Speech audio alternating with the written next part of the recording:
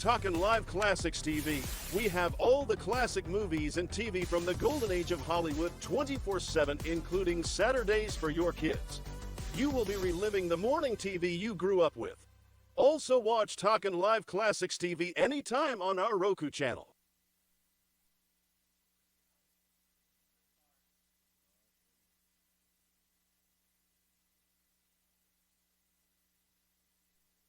Hello, world. This is Lamar Bearden, and we have a special guest tonight.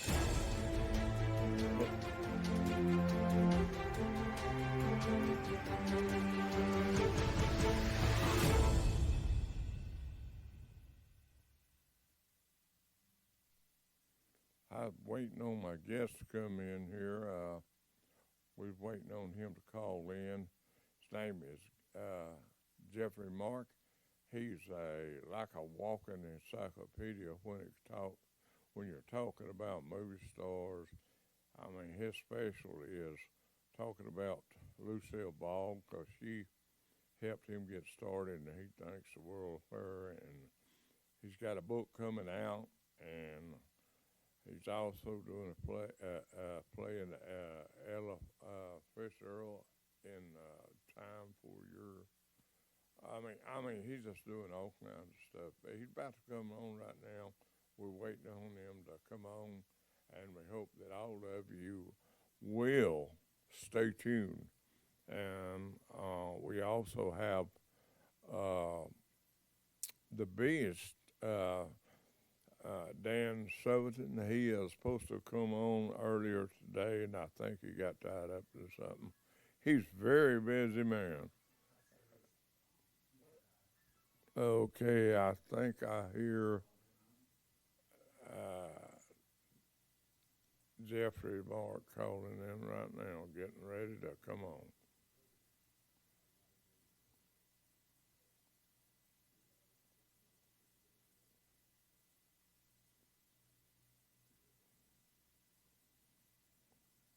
Stay tuned.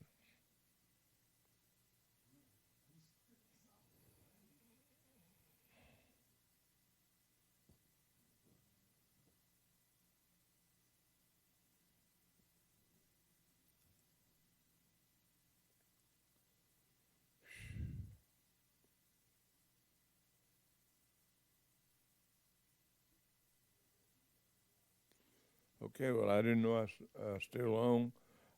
We're waiting on the connection with Geoffrey Mark. We have plenty others coming on our show. It's just our timing is not right because of the distance in California, Arizona.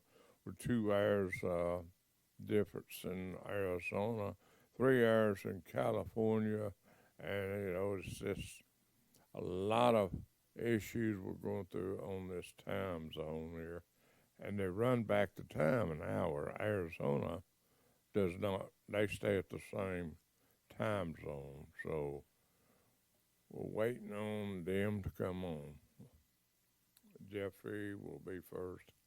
I don't know where Dan will come on or not after the show, but we have an issue with streaming.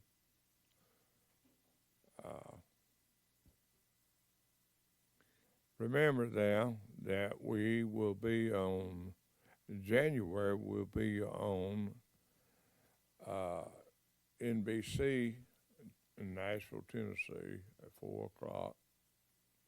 Well, no, that would be after Saturday Night Live. I'm thinking about another time.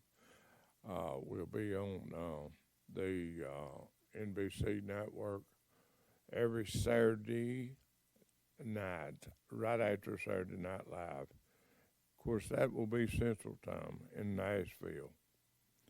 And so, also CBS in Knoxville, Fox in Las Vegas, 5:30 in the morning will be on. And we're trying to hook up with some more of the other networks. And so just want to keep your people informed. I apologize for the issue we're having tonight. We was all ready. Everybody's racing to get caught up, but we always have to, keep on going and trying to get started. And so many times that things don't go like we planned. And so we're waiting on that connection.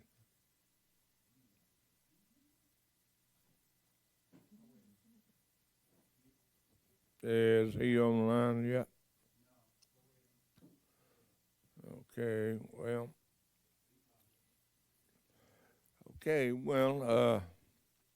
He said to keep talking while we're waiting on Geoffrey.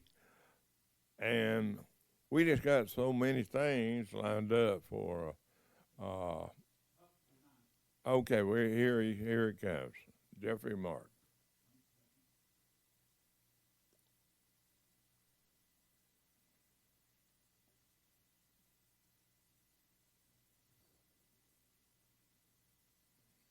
Hang on, everybody. This Zoom and virtual don't exactly go the way you want it every time. I mean, we've done shows. Do what now? Hello, Geoffrey. Hi, Lamar. Can you hear me? You there, Geoffrey? Can you not hear me? Yeah, I hear you right now. Okay, there you go. Yeah. Good. I just don't see you. And I'm looking so handsome. I was just talking about your book coming out with Lucille Ball, and I was talking about before you come on, and you're doing something with Ella let's see, Ferguson. There you are.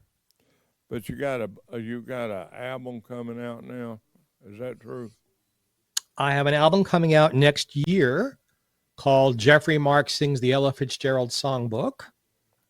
I have the new Lucy book coming out for next Christmas. I have my autobiography called The Devil Was Born in Brooklyn coming out next year. And I have my current radio show, Geoffrey Mark Plays Ella. So I'm a busy boy. Yeah, and I wanted you to come back on the show because we had a good show the last time. And I know you had all these things going on, and I wanted to, let people remember about what you've got going on. That's why we called your publicist and asked them to let you come on again.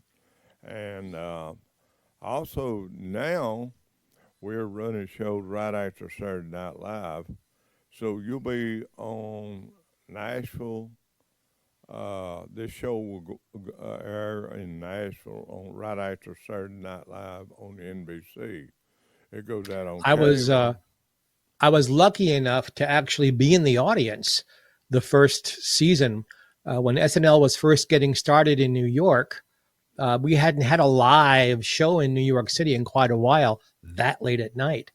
And they were having trouble filling seats, and they asked people in the business, could you come be part of the audience? So I saw about a half a dozen of the original cast performing their wonderful characters, but very, very early on.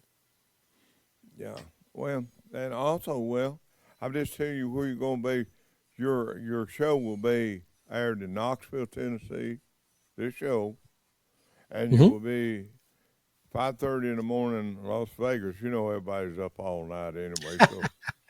Yeah, I lived there. I lived there for a while, so I know people are awake 24 hours a day there. Yeah. And I've been to Nashville, and I've been to Knoxville, and hello, my fans out there.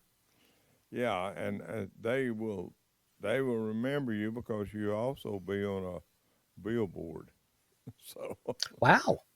Yeah, we put you on a billboard, and we let the world know about Geoffrey Mark. We always do. We play your programs sometimes at different other places too. The last show we did together, so you know, around here they know about you now for sure. If they don't, Greatly appreciated. We can also talk that this last week, I got a commendation from the United States Congress for yeah, my lifetime of charity work. And I got one also from the State Assembly of California. So I've been awarded two very humbling awards from our government this last week. It was completely unexpected, and I am pleased and honored and humbled. yeah, it's good to have them good surprises, and when somebody comes up with something and makes you feel good. So we know you're real busy, and I was telling everybody how that people in the business like you are, we are, you know, we're always busy. You know, you always got something to do, and everything has to be timed just right. And Well, sometimes, you have to live like that because, in most professions, you have a job, you work whatever hours they want you to be there, you get a salary or you get a per hour payment. In show business, you go from project to project to project. And yeah, then I understand. sometimes in between, there's no income. So if you're not actually working on a project or three or four, you're hustling to find a project or three or four. So there's, it's a 7 day a week thing, show business. There's no holidays off. When I was on Broadway or off Broadway and Christmas came, yeah, you didn't get off for Christmas. You got an extra matinee added in for Christmas. So you're working all the time. There's no days off. Yeah, it's like TV. You always got something you got to do in TV too, and doing a show like this, we'll have to put it in the computer so it'll play, you know, constantly. Uh, and you know, we have a 24-hour thing. You come up on that too, like on our, I am very grateful. yeah, but you know, and you and others, and uh, and I know you got a lot of things going on. That's what like I said, I wanted you to come back on so you could let the people know because if they remember, you was talking about Lucy and all the things you had coming up, and I wanted to bring you back on to remind them that you're still working. So Well, you can see right behind me. There is, let's see, I'm doing this backwards.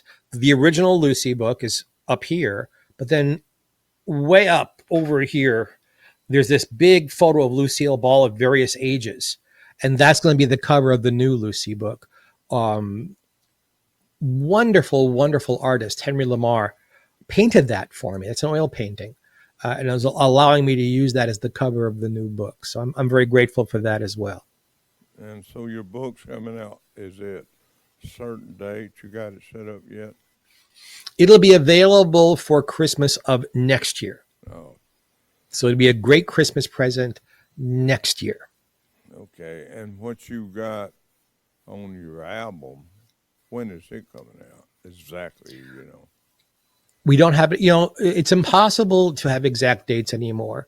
So Yeah, much depends on if it's a book, getting it printed, and it's not printed in this country anymore. If it's an album, the CDs aren't printed in this country anymore. So it's all a matter of when we get them back. But I would imagine the album will be a summertime release, yeah. and then the book will be a Christmas time release. And I'm not sure. I would love my autobiography to come out sooner, but many people, including my publicist Harlan Ball, who is the best in the business, suggests I wait till after the Lucy book to be have my name out there more, so maybe more people will buy my book. Yes. So I've got stuff going on that will be released over the next 18 months, Yeah. and Well, just after, give us kind of a highlight of what's coming out with you. Just say in the sure. next 6 months. Okay. What's In going the on? next 6 months, I have my weekly radio show, which is not like yours at all. It's not an interview show. It's me playing Ella Fitzgerald's music and giving you insider stories about how the music was made and what was going on backstage. And every week is a theme, like Ella live in Japan or Ella in the studio in the 1950s. We're recording now our third season, and it'll be released in a few weeks. I love doing it, and the audience reception to this all over the world is just fantastic.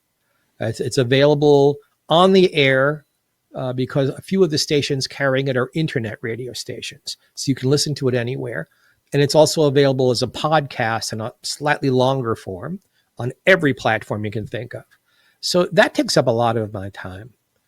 And I can't promise this next one, but it looks like there's going to be a salute to Ella at the Hollywood Museum, of which I will be a part because I will be singing her songs. The Ella Fitzgerald Foundation wants this to happen, and the Hollywood Museum certainly wants it to happen. So, but that's still in the negotiating stage, because when you're dealing with corporations and things, there are legalities that are way beyond me that they have to settle. But I think that's going to happen. I would imagine in the next 6 months. We're also talking with my dear friend George Takirtis. There's a nightclub here in Palm Springs that wants to book us, the Purple Room, to do me singing and then me interviewing George, because he won an Academy Award for West Side Story, the original film. And have me ask him questions about his life and take questions perhaps from the audience. So there's irons in the fire, but you can't nail them down. Again, that's show business. Until I'm given an exact date, I can't give you one.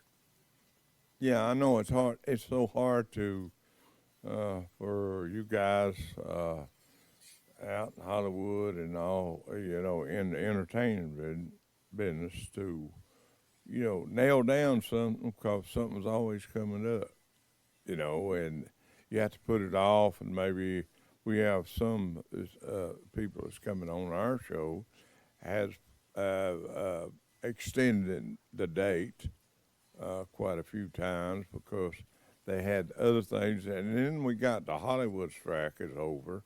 All this stuff is over. Yay! No more strike. Yay! Yeah, and more people will want to come on the show.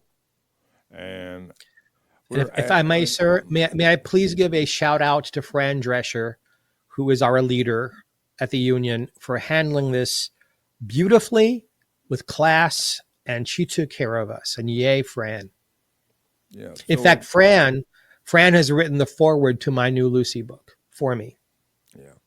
Can you tell me about AI? Was AI kind of a issue with that? Well, it's a huge issue. All as performers, whether we're actors or singers or dancers, if we're being recorded and our faces and performances are being recorded, and if the studios or production companies think that they can own that for the rest of eternity and put other words in our mouths and other voices, it means that they no longer have to hire any actors. They can just, by computer, by AI, manipulate what they've recorded into something new, which puts every actor, from the biggest star to the smallest extra in a background scene, out of work. And that's not fair to us as performers. No one can own anybody else's talent or intellect. And Fran made sure that we're protected, and I'm very grateful to her. Well, it's not just owning talent, it's owning you too. Yeah. That's basically what it is. And I've been in this business a very, very, very long time. I've been doing this professionally since I'm 15. Well, that's almost half a century of me as a performer, as a singer, as an actor, as a comedian, as an author. And nobody else gets to own that but me. Yeah, it's a lot of things to keep up with too. Yeah. I mean, to do all that different stuff, it's a job, ain't it? I mean, it would be like if a syndicator of television shows took one of your episodes and got every facial gesture you make and sampled your voice and then manipulated that so they never have to use you again. They just get this AI version of you No, you would scream bloody murder over that, wouldn't you? Actually, yeah, I would. Well, And we did one show with Abraham Lincoln, so, and I asked him questions, he answered, and so that was a pretty good show, but they didn't too many people understand it. They don't understand what AI can do. I mean, it can imitate you, be you, that is not you, right? look, I'm sure there are good and practical applications of AI that can be a boon to society. It's when any kind of technology is misused. There's always folks out there who have these crafty little brains. Ooh, how can I steal this and use it and make myself money and screw somebody else? Well, those people need to go away because they don't give anything to society. They're just greedy, looking for themselves. Yeah, When you're in show business, your product is you. I am in the Geoffrey Mark business. yeah, And if somebody else decides that they now own the Geoffrey Mark business because they can recreate me, they think, not happening. yeah. I see people try to mock Elvis. There was only one Elvis. There's only one Jeffrey Mark. You can't Well, I thank you. duplicate that. They can't duplicate you because you are you, and nobody can be you except you. Right. And And I'm honored to be in the same sentence with Elvis Presley. Uh, there are those talents that are so one of a kind, so yeah, individual that uh, nobody else really can. I mean, there's, as you well know, and certainly all over Tennessee and in Vegas, all kinds of Elvis impersonators. And these are talented men, but they're not Elvis. that's right. And I like to think I'm kind of a one of a kind. There are people who try to capture my look, such as it is, but they don't succeed. And I'm lucky that I have a very unusual singing voice. It's not easily copied by anybody else. And my Yeah, jokes are mine. As I tell aspiring young comedians, if you're telling jokes, if your whole show are jokes that somebody else could also tell and get laughs with, you're using the wrong material. Your joke should be something only you can be successful telling. That's how you become one of a kind. And I try to be one of a kind. yeah. Well, you are. 'Cause, we we know you are because you talk about so much, and you got so much education in your head about all the stuff that goes on, and like musicals, books, all this stuff. It's funny. I'll sometimes have someone over to my home here. And now that there are platforms where you can watch certain shows 24 hours a day, I'll put on I Love Lucy as background. And sometimes I'll save a dialogue along with them. And sometimes I'll save a dialogue ahead of them. Or I'll have I Love Lucy on my screen, but I'm listening to something else. And people say, how did you know what's coming up next? I said, I have every episode memorized.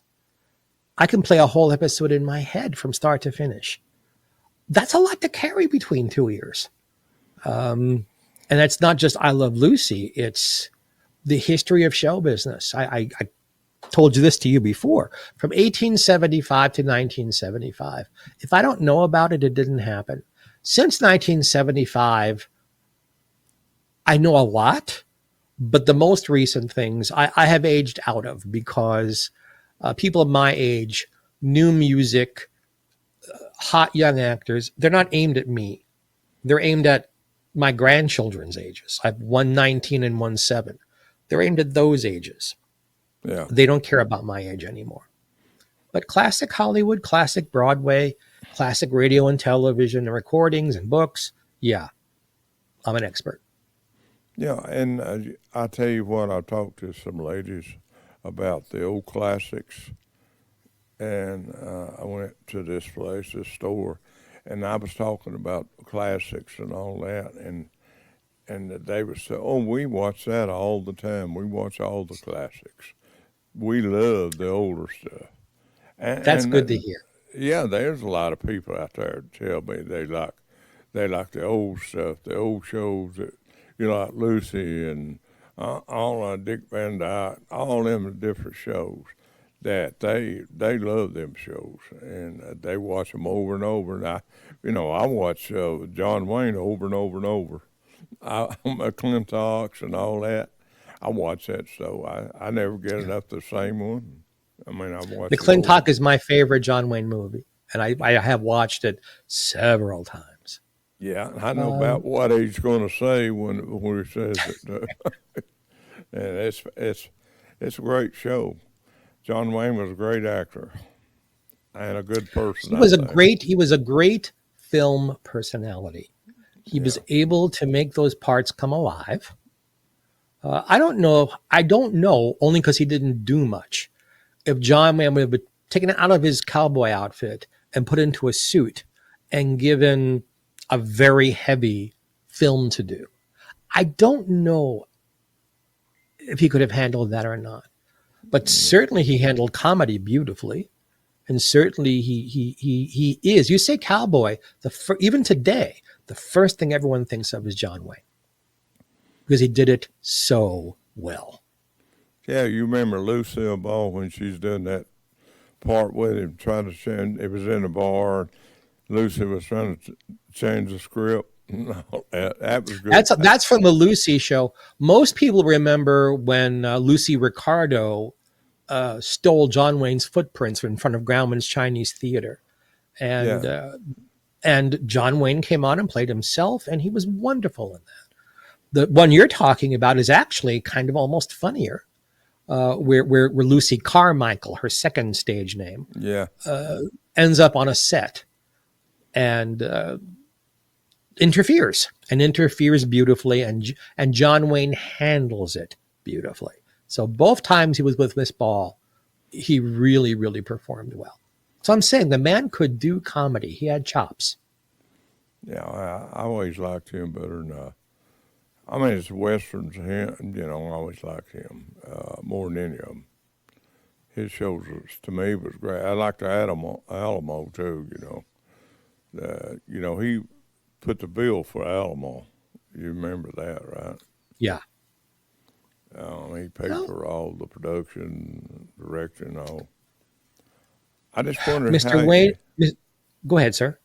I just wondered how he got all them Mexican people there to,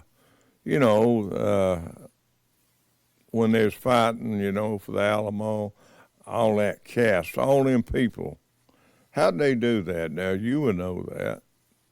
Because it was work. We talked about this a few minutes ago. If one is an actor and one is not a big star, you struggle to get work. And even though, and I know what I'm about to say is a little controversial, so folks, don't send Lamar letters. Send them to me if you have to.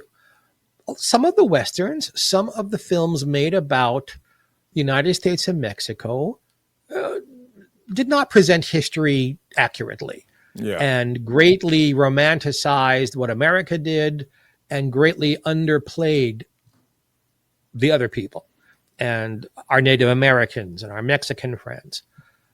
So some of those things I'm a little uncomfortable watching sometimes. But he employed dozens and dozens of Native American and Mexican American actors who otherwise couldn't get cast because of how they looked. And I'm sure some of them weren't real happy with the scripts, how they were portrayed, but they were so grateful for the work. To be in a movie with a big star like John Wayne, where you're going to get seen, right? So the whole country's going to go run to see it.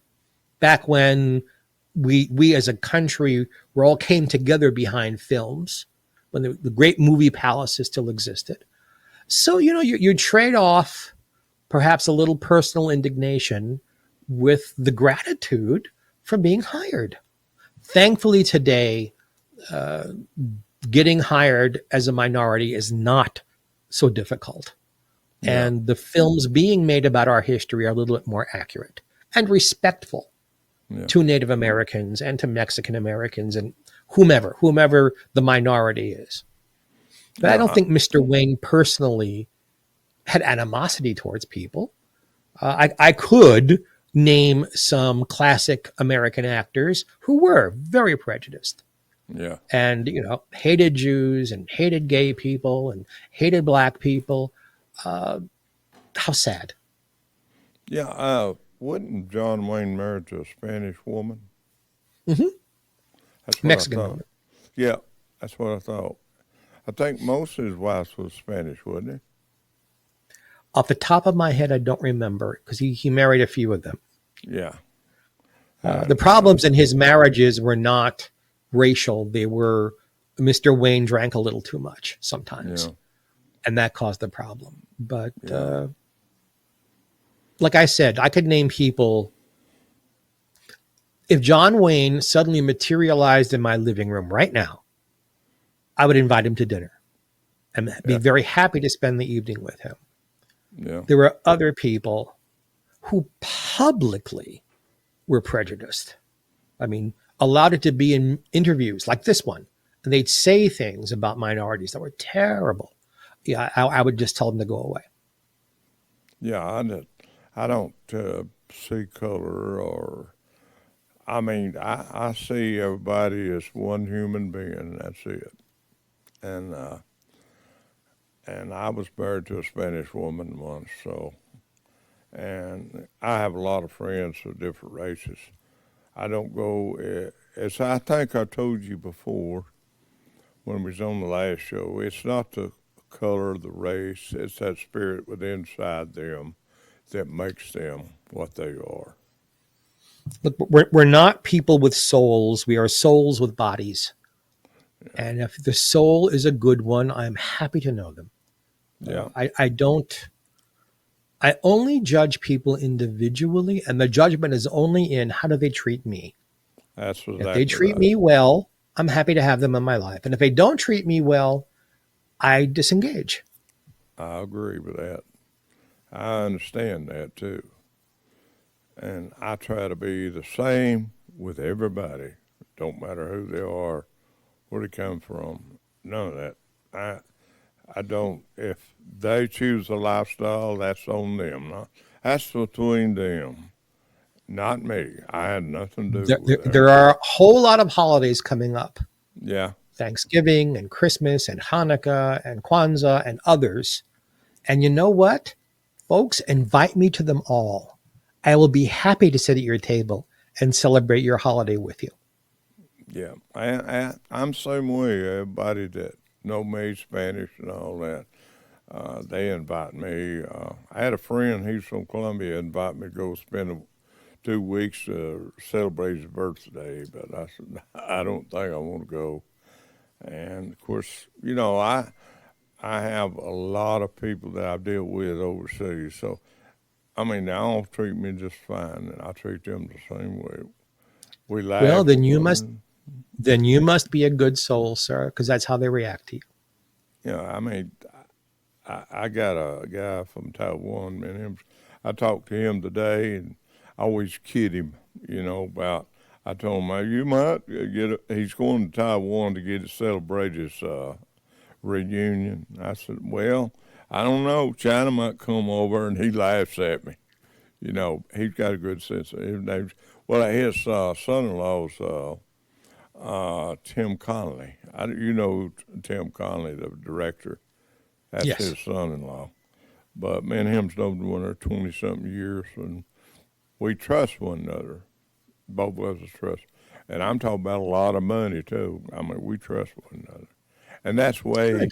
everybody should be. Trust one another until, you can't go back and get the same mistreatment every time. You have to be nice, try to be good, and then if they take advantage of your kindness, you have to blow them off, It's a very sad thing. Once trust has been breached, it's very hard. It's doubly, triply hard to earn trust back.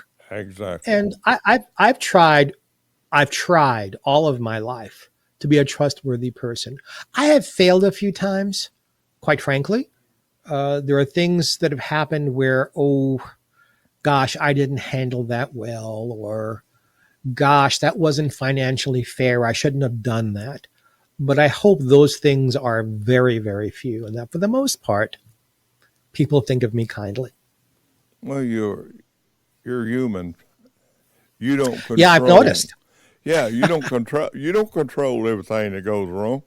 I tell people when I do business with, I say, if I promise you something goes wrong, I can't do it. I'll call you and tell you. I won't let you be wondering about what's going on with me, because I'll get back with you and I'll say I can't do it, or I promise you, but I can't do it. Something come up, and but other people maybe take it as offense. But things come up, you know. Look, I've been in show business long enough that I remember, and I was about to say, I hope none of our friends out there are offended by what I'm about to say. Why would they be? I remember I'm a person who's Jewish, and there were people who wouldn't hire me because I was Jewish. There were people who felt that middle America doesn't want to look at a Jew, and they made it difficult for Jewish people, singers, comedians, and actors, but especially actors. Comedians and singers, if you laugh at someone, you can't hate them. If you love their voices, you can't really hate them. But as actors, there were a lot of Jewish actors who never got anywhere just because they were Jewish. And I belong to a couple of other minorities that are nobody's business. But I always find that so sad when people, and it's happening now in our news, people are hating Israel. People are hating the Palestinians. No, don't hate a whole group of people. That's wrong. Some people in the Middle East, probably on both sides, are doing things that probably they shouldn't be doing. Sure. And it's sad. But what's sadder to me is the hatred that I'm hearing. This hatred of people. I find that I fight against it, and it's why I'm an entertainer. I want to be a salve on people's nerves. I want to sing some songs and make you happy. I want to tell some jokes and make you laugh. I want to act in something that was a good movie or a good TV show.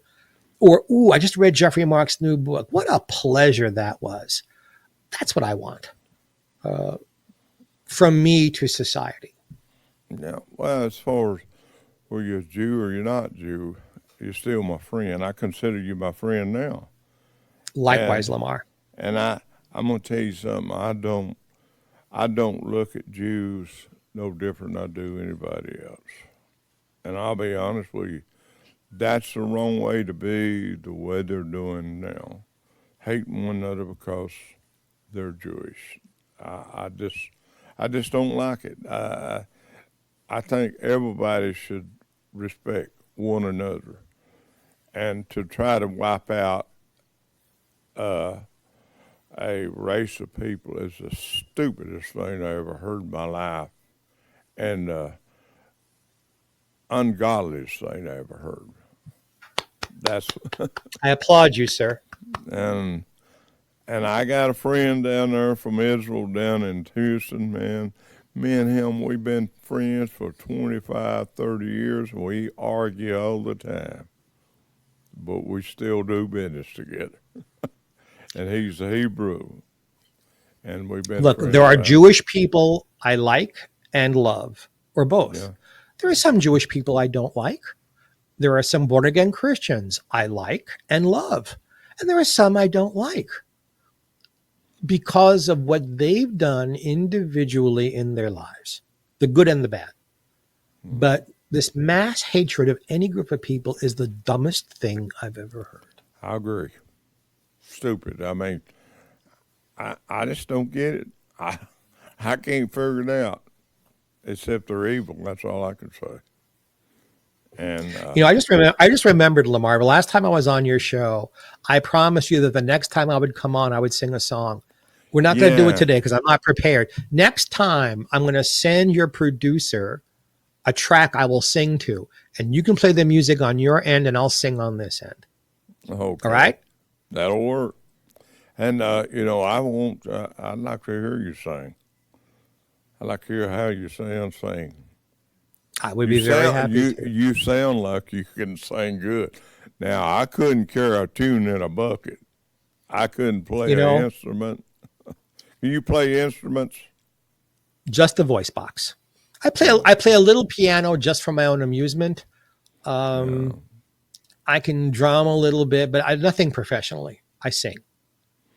Yeah, well, if you send us some, we'll play it.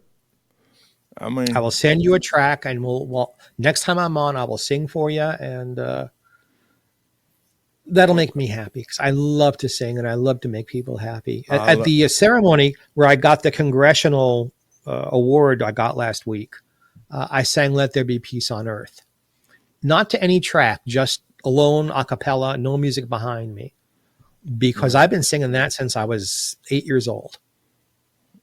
Yeah, and the song really means something to me, especially right now. Yeah, I love singing. Don't matter Spanish. I love music. If you ever come over here, I will show you thousands of albums that I have, VCR tapes that have all cassette tapes, has all kinds of different country music. From different countries, Russians, Italians. I love Italian music. The song they sang in Israel, that song in '67, that song when they had the victory. I love that song. It's a real good song, and it's got meaning to it. I don't understand the Hebrew, but I can understand, I can feel the vibes in it. Yeah, the meaning. Sure. It's the same thing about, I don't speak fluent Italian. I speak it a little bit. But when you're singing in a foreign language, like when you sing in English, sometimes the words aren't always very, very clear. So there are some Italian songs or Spanish songs where I'll listen and I go, wow, I get it, but I couldn't tell you what all the words mean. It's easier for me in French because I speak fluent French. But I understand what you're saying. Yeah, I love the meaning of it. I can feel it's like you say you sing a song, you put your heart in it, right? And when you put your heart in a song, it don't matter what language it's in, you can feel it, and you will like it when it's in your feelings. How you sing when you sing it. You put your feelings in that song, and when people hear it, they know because of your feelings, you're serious with the song, what I'm saying. The great singers have two things to contend with. A voice box is not like an instrument. You hit middle C on a piano, and it'll always sound just the same.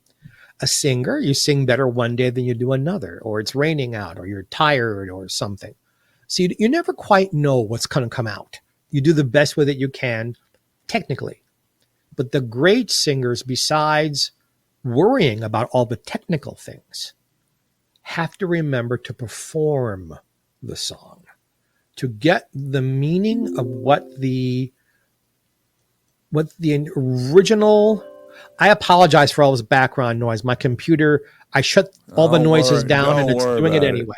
Don't worry about it. Okay. But as I was saying, you want to let the audience know what the lyricist's intent was. What is the story? What is the meaning? What is the lesson to be learned? Or what is the emotion you're trying to share? If you don't do that and just technically sing the song, it may come out pretty, but it's not going to stay with anybody. Yeah. I take every song very seriously. I'll just sing through it. I'll just get through this. I don't do that because I'm cheating my audience that way.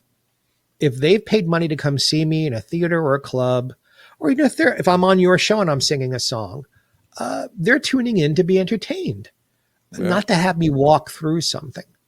So every time I write or sing or do comedy or act or produce or direct, whatever I'm doing, I do it for the full heart, to the best of my ability that day. And from day to day, my best is different. But I put everything behind it, and for a long time now, that seems to work for me. Yeah, that's what I started to say. That's what makes you successful like you are. Thank you, sir. Putting everything into it.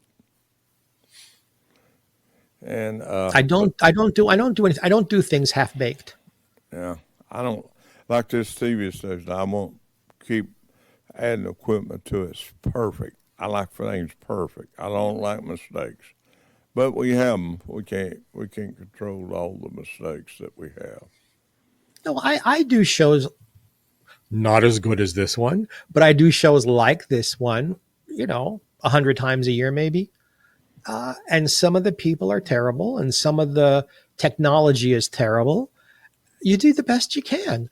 The ones who try their best, who ask good questions or engage me in good conversation, those are the ones that are a lot of fun to do. You look forward to doing them again. And there are others where the person isn't, forgive me, hosts out there, I don't mean any specific person, but they're not the sharpest tool in the shed, or they're not very talented, or don't know what they're talking about. When I have people have me on who know nothing about me, it's like, then why did you have me on? If you don't know anything about me, if you don't even know what the first question should be, and then I generally just take over. When I realize that they're just clueless, I let them have one question, and I do a monologue for half an hour. Yeah. Well, I'm the same way. Somebody asks me a question, I go into everything that I can that I know about, and that's what you do. And it's funny. Usually the producer or the host comes back at me and says, that was the best show we ever did. The audiences loved it. And I don't want to say, well, yeah, it was good because I made you shut up, but that happens sometimes. Yeah. I like doing a show with you. I mean, you tell me stuff that I didn't know, and I like to learn. And Zeke, the one that put you got with your publisher and all that. He knows about you more than I do, probably. Thank you, Zeke. Yeah, and he knows more about a lot of people that I don't. I just started this about 6 months ago doing these interviews, or maybe 8, and it's done real good. And you are a part of it that made it good. So, well, I thank you. Hey, you told me a little bit earlier that there's actually going to be a billboard of me for this show someplace. Yeah. I would love a photo of that. You will get it. Sometimes it's hard to get through your publicist to get what you want sometimes. Yeah, because you have my phone number, so you feel free to use it. Yeah. Okay. Well, I will send you a picture of it when we get it up. I had me a part-time co-host there for a while. She owns a talent agency. She had to take some time off, and so she may be back. We'll be doing some other shows, and I want to do a show called, and I want your opinion. It's called, it's called Divorce is Hell. I want to get some guests to come in here, married couple or a divorced couple, and talk to them about their divorce, why they hate one another, and make a. Don't you think that would be? Do you think that'd be? And I respect your opinion. What do you think about that? I think in today's market that will sell very well. Okay, well, and I tell. And then every once in a while, bring on a celebrity who's been divorced. Yeah, I could do that. Never thought of that. That'll work. But some people don't like that. But This average person, you know, that somebody, and you know, if they've not got a divorce yet, maybe talk them into working things out. Be kind of like a counselor too, you know. Because I'm No, experienced. divorce, yeah, I am too, sir. Divorce is hell is a good name. Yep, and I thought that would be. And we'll send you a copy. We'll let you watch it when you'll be able to watch it. Of course, you're going to always be able to go to YouTube and watch this show that we're doing now. Okay. So I appreciate you coming back on again, and anytime you want to come back, all you have to do is call us. And anytime you want me, the same. Just call me and I'll be there. Okay, and anything, if you can get us some guests, I'd appreciate that too. Well, let me know who you think you might want. I'll see what I can do. Okay, well, supposedly we're supposed to have Arnold Schwarzenegger, Kid Rock, and a bunch. We got quite a few. Wow, good for you. And we won't never forget you. You'll always be on our list. So I would love to be a regular guest on your show. okay, you look forward to it. And I guess we can hang it up now, right? Well, let's wish our friends out there a happy Thanksgiving, a happy Hanukkah, a Merry Christmas. Whenever you get to see this, I wish you love and peace and good health and people who love you. Yeah, and God bless you too. Thank you, my friend. Bye-bye. Bye-bye. Thanks for joining us today. To watch this show again, be sure to visit TalkinLive.com.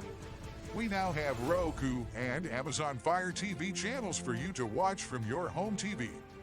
Or find more of our recent shows on most any of your favorite social media platforms. And don't forget to like and subscribe. Good night, world. We will be talking live with you next time.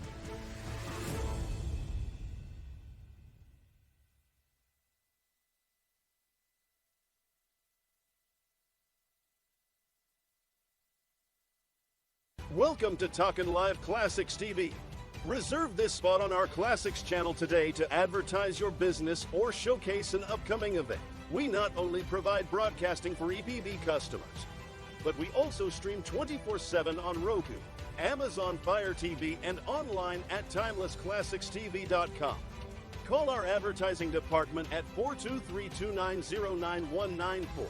That's 423-290-9194 to find out more about placing your spot here. Mention code Classics 2023 for your discounted rate today.